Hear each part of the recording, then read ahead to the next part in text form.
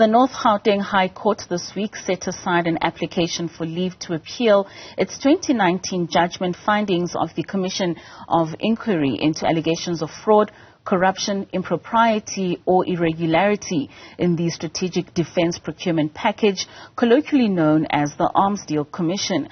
The appeal followed a 2019 order that found the Commission had failed to do its work properly. Corruption Watch and the Right2Know Campaign had argued that the Commission probing the 100 billion rand deal had failed to dig deeper into evidence put before it. The 2011 inquiry was set up by former President Jacob Zuma. Its 772-page report found that there had not been any corruption or irregularities in the process to secure defense equipment in 1999, including fighter aircraft, helicopters, corvettes and submarines. We are now joined by political analyst, writer and researcher Dr. Dale McKinley to break down the implications of the ruling for us. Doctor, thank you so much for joining us this afternoon. Now, with the ruling having come out, what does this mean for parties such as former President Jacob Zuma and French company Thales, who have been at the forefront of the arms deal?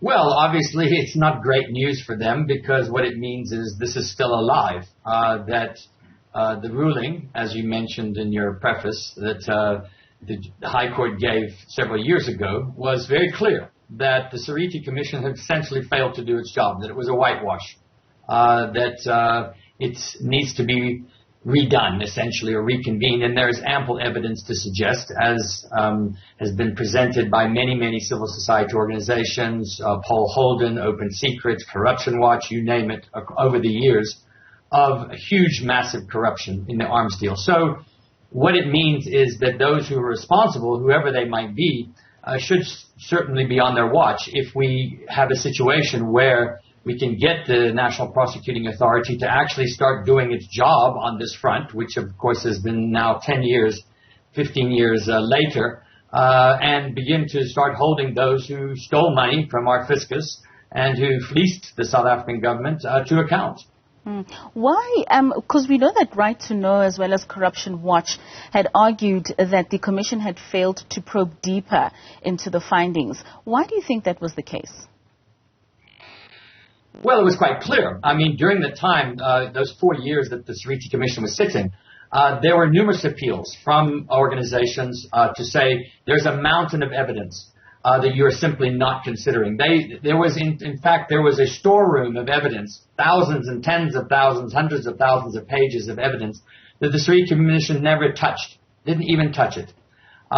Despite the fact that this was presented, that it was gathered, the research was gathered, the testimonies that were given by whistleblowers, by others, gave indication of the widespread factual information that was there. And the Seriti Commission essentially didn't pay any attention to it. So what we had to conclude, and what the High Court then obviously confirmed, was that this was a political whitewash. In other words, that there was never any intention to get to the bottom of the arms deal.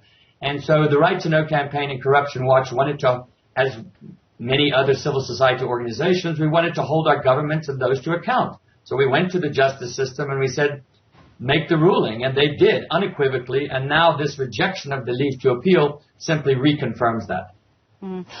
With now moving forward, is there hope that after so many years, those who are allegedly involved in the arms deal would eventually be brought to book? Well, one would hope so. I mean, you also have a parallel situation where there has been the complaint of at the Judicial Service Commission against Judge Seriti for judicial incompetence and maladministration and other things. So, it shouldn't be necessarily the judge that's simply held responsible, but those who actually did the stealing and engaged in the corruption. We've become, as South Africans, I think, very immune to in some ways expecting this sort of very long kind of process where, well, maybe somebody gets held accountable sooner or later. But we can't stop. Whether or not we end up getting what we should get, we might be able to get some prosecutions, hold some people responsible.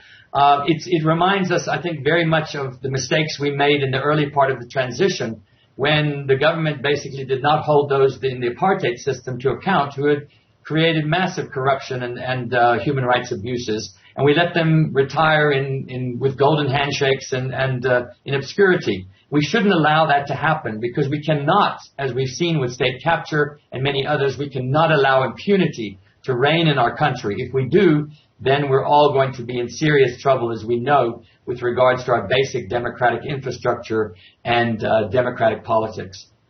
All right, thank you for that update. That's Dr. Dale McKinley giving us his take with regards to the outcomes that we've received as a judgment earlier this week from the North Gauteng High Court.